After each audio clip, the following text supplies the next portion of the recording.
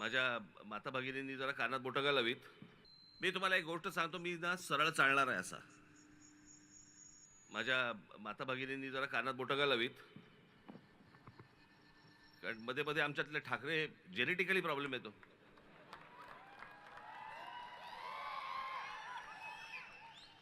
त्याच्यामुळे विचार करताना ना बैलासारखा, बैल जसा मुततो ना तसा विचार नाही करत. बैल चालता चालता मुततो असा असा.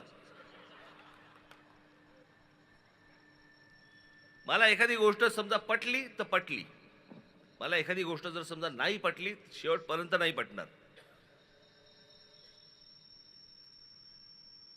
तसं 2014 ते 2019च्या दरम्यान ज्या काही गोष्टी केंद्र सरकारकडनं झाल्या, नरेंद्र मोदींकडनं झाल्या, काही गोष्टी ज्या झाल्यात मला नाही पसंत पडल्या. ज्या बाबतीत मी 2019च्या सभेमध्ये मी जाहीर त्यांच्या स्क्रीनवरती ते दाखवून पण